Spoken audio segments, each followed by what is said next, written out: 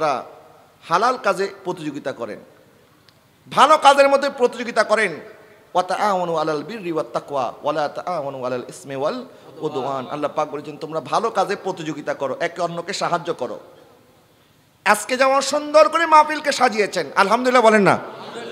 এটা আমাদের অন্তরকে ঠান্ডা করে দেয়। যখন আমরা দেখি আমাদের যুবক ভাইয়েরা আগে যারা কনসার্ট করতো, গান করতো, পালা গান করতো, বাউল গান করতো, বাইরে থেকে নায়ক নায়িকা এনে তাদেরকে দিয়ে কনসার্ট করতো, আজকে ওই যুবকরাই আলহামদুলিল্লাহ আমরা বুকে হাত দিয়ে বলতে পারি এই যুবকদের ভিতরে পরিবর্তন শুরু হয়েছে।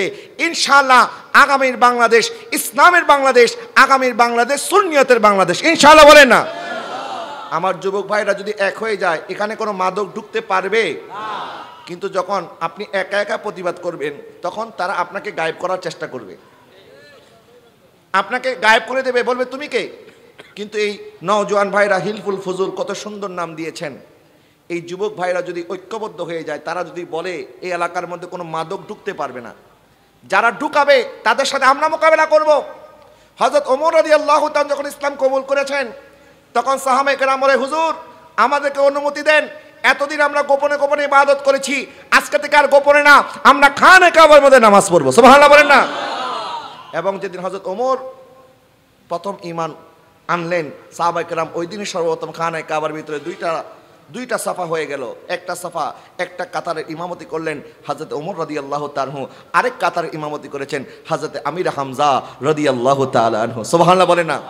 তো ওনারা নওজোয়ান ছিলেন। তো জুয়ানরা যদি চেষ্টা করে সমাজ পরিবর্তন করা একদিনের কাজ, সম্ভব অসম্ভব কোনো কাজ নাই। আমার নওজোয়ান ভাইয়েরা এলাকার মধ্যে আপনার পাহারাদার হয়ে থাকবেন, এই এলাকার ভিতরে কেউ যেন মাদক প্রবেশ করাতে না পারে। এবং এলাকার কোনো মেয়ে রাস্তা দিয়ে যখন যাবে, কোনো ছেলে তার দিকে কুদৃষ্টিতে তাকাবেন না।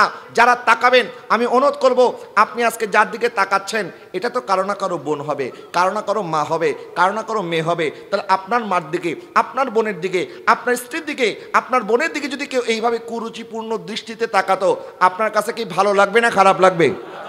নবীজি সাল্লাল্লাহু আলাইহি ওয়াসাল্লাম ইরশাদ করেছেন আন নাজরাতুল উলা লাকা ওয়াসানিয়াতু আলাইক, প্রথম নজর এটার মধ্যে গুনাহ নাই। অনিচ্ছাকৃতভাবে কোনো একটা রমণীর প্রতি আপনার দৃষ্টি পড়ে গেছে, আমার নবী বলছেন তুমি নজরকে ঝুঁকিয়ে ফেলো। তুমি যদি নজরকে ঝুঁকাতে পারো, আল্লাহ পাক তোমাকে ইবাদতের তৃপ্তি দান করবে, সুবহানাল্লাহ। আজকে যে আমরা বলি হুজুর নামাজ পড়ি ইবাদতের মধ্যে স্বাদ পাই না, নামাজ পড়ি ইবাদত করলেও ভালো লাগে না। কেন ভালো লাগে না? কারণ আমাদের নজর অপবিত্র, আমাদের উপার্জন অপবিত্র, আমরা হারাম নিয়ে চিন্তা ভাবনা করি। হারাম দৃশ্য দেখার পরে মসজিদে নামাজ পড়লে নামাজের মধ্যে তৃপ্তি পাওয়া যাবে না। যখন নজরকে কেউ পবিত্র করবে, 40 দিন পর্যন্ত কেউ যদি নজরের হেফাজত করতে পারে, আল্লাহর কসম করে বলছি আল্লাহর নূর তখন ওই বান্দার কলবের মধ্যে আল্লাহ পাক দান করবে। এবং আল্লাহর নূরের চেয়ে পাওয়ারফুল কোনো নূর হতে পারে না।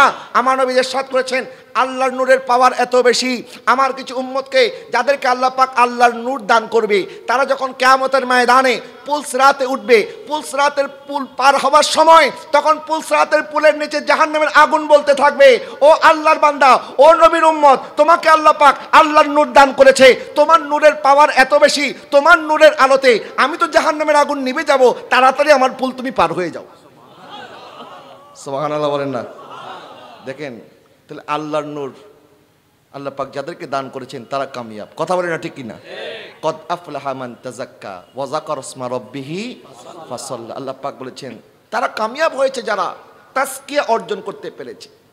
আমাদের বদনের তাজকিয়া অর্জন হবে হালাল উপার্জনের মাধ্যমে, আর আমাদের কলবের তাজকিয়া অর্জন হবে আমাদের নজরের হেফাজতের মাধ্যমে। এবং নজর যখন হেফাজত হবে, উপার্জন যখন হালাল হবে, ইবাদত কবুল হবে, নামাজের মধ্যে খুশু খুদু আসবে। আল্লাহ পাক আমাদের সবাইকে যেন ইবাদতের নূর নসিব করে, সবাই বলেন আমিন। আল্লাহ পাক আমাদেরকে পাক পবিত্র জিন্দেগি দান করে, সবাই বলেন আমিন। এই হারাম থেকে ঘুষের লেনদেন, হারামের উপার্জন, এই ধরনের যত ধরনের হারাম কাজ আছে, সমস্ত প্রকার হারাম কাজ থেকে আমাদেরকে সালামত রাখুক, দূরত্ব বজায় থেকে আমরা যেন চলতে পারি। আমরা যেন হারামকে বয়কট করে সম্পূর্ণ হালালভাবে উপার্জন করেন। যতটুকু কামাই করবেন এটার মধ্যে বরকত হবে। আমার নবীজি সাল্লাল্লাহু আলাইহি ওয়াসাল্লাম ইরশাদ করেছেন, বান্দা তুমি অল্প কামাই করো, অল্প খাও, অল্প ঘুমাও এবং অল্প কথা বলো, এটার মধ্যে বরকত। যারা বেশি উপার্জন করে কিন্তু তারা কি বেশি খাইতে পারবে? আপনাকে যদি আমি একটা ডেগের সামনে বসাই দিই, বলি এখন আমার সামনে বসে আপনি এক ডেগ বিরিয়ানি খান, আপনি বলবেন আমি কি পাগল হয়েছি নাকি, আমি কি রাক্ষস নাকি, আমি বিরিয়ানি এতগুলি খাবো কেমনে? আমি তো 2-3 প্লেট হয়তো খাইতে পারবো, তার চেয়ে বেশি খাওয়া সম্ভব না। তো গোটা পৃথিবী আপনি উপার্জন করে কি করবেন? আপনি তো কবরে নিতে পারবেন না, কবরে যাবে মাত্র আপনার সাথে 2 গজ কাফনের কাপড়। সুতরাং যেটা আপনি রেখে যাচ্ছেন আপনার সন্তানের জন্য, অনেক ধনী মানুষ আমি দেখেছি সন্তানের জন্য কোটি কোটি টাকা রেখে গেছে, কিন্তু এই সন্তান কোনোদিন বাবার জন্য কবরস্থানে গিয়ে দোয়াও করে না। আর এই সন্তান এই টাকা নেশার মধ্যে উড়াইয়ে দিছে, জুয়ার মধ্যে উড়িয়ে দিয়েছে, অসৎ পথে উড়িয়ে দিয়েছে। তো আপনার টাকার মধ্যে বরকত আসবে কোত্থেকে? টাকাটা তো হালাল উপার্জন করে কামাইতে হবে। এবং এই হালাল যখন আপনি আপনার সন্তানকে খাওয়াবেন, কখনোই আপনার সন্তান আপনাকে বৃদ্ধাশ্রমে রেখে আসবে না। আমি নিজে সাক্ষী। আমি রাউজানের মধ্যে একটা বৃদ্ধাশ্রম আছে, আপনি যদি যাইতে চান আপনিও সেখানে দেখে আসতে পারবেন। আমি একবেলা ওনাদের সাথে একটু খাওয়া দাওয়া করেছি, কথাবার্তা বলেছি। আমি দেখলাম সেখানে কোনো মুয়াজ্জিনের বাবা মাকে আমি পাই নাই, ইমাম সাহেবের বাবা মাকে পাই নাই, মাদ্রাসার কোনো আলেমের বাবা মাকে পাই নাই। সেখানে পেয়েছি ইঞ্জিনিয়ারের বাবা মা, সেখানে পেয়েছি বিশেষ ক্যাডারের বাবা মা, সেখানে পেয়েছি ডিপ্লোমা করেছে এরকম ভালো পজিশনে আছে এরকম বড় বড় অফিসারের বাবা মা সেখানে পেয়েছি। কিন্তু কোনো আলেমের বাবা মা, কোনো রিস্কাওয়ালার বাবা মা, সিএনজিওয়ালার বাবা মা, গরিব মানুষের বাবা মাকে আমি সেখানে পাই নাই। কারণ এই যারা এখানে আছে ওখানে যারা আছে এরা সন্তানদেরকে সঠিক শিক্ষাটা তারা দিতে পারে নাই। সুতরাং বাচ্চাদেরকে শুরু থেকে যদি আপনি খালি সম্পদের কথা শিখান, যে গাড়ি কিনতে হবে, বাড়ি করতে হবে, কামাই করতে হবে, রুজি করতে হবে, তখন এই ছোট্ট মনের মধ্যে তখন সম্পদের প্রতি একটা লোভ তৈরি হবে।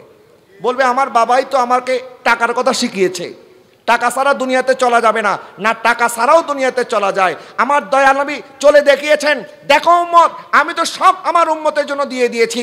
আমার নবী সাল্লাল্লাহু আলাইহি ওয়াসাল্লামের পরিবার পরিজন যাদেরকে কোনোদিন আমরা সদকা দিতে পারবো না, যাকাত দিতে পারবো না, কিন্তু তারাও তো কোনোদিন মানুষের কাছে হাত পাতে নেই। আল্লাহ পাক ওনাদেরকে দুনিয়ার বাদশাহী দান করেছে, আখিরাতে ওনারাই বাদশাহী করবে। কথা বলেন না ঠিক কিনা? আল্লাহ পাক আমাদেরকে যেন সিরাতে মুস্তাকিমের উপরে অবিচল থেকে, আহলে সুন্নাত ওয়াল জামাতের আকীদার উপরে অবিচল থেকে ঈমানের সাথে হালালভাবে উপার্জন করে হালাল জিন্দেগি যাপন করে কবরে যাওয়ার জন্য তৌফিক দান করে। সবাই বলেন আমিন। আজকের এই মাহফিল হিলফুল ফুজুল সুন্নিয়া সংগঠনের সকল ভাই সর্বদা ছিলাম, আছি এবং থাকবো। আমাদের প্রত্যেকটা দোয়ার মধ্যে আমরা তাদেরকে স্মরণ করব। আল্লাহ পাক আমার ফিলিস্তিনের মুসলমানদেরকে যেন বিজয় দান করে। সবাই বলেন আমিন। এবং ইহুদি নাসারা সহ যারা মুসলমানদের বিরুদ্ধে আজকে যুদ্ধ করছে, আল্লাহ তাদেরকে যেন নাস্তে নাবুদ করে দেয়। সবাই বলেন আমিন। ওয়া আখির দাওয়ানা আনিল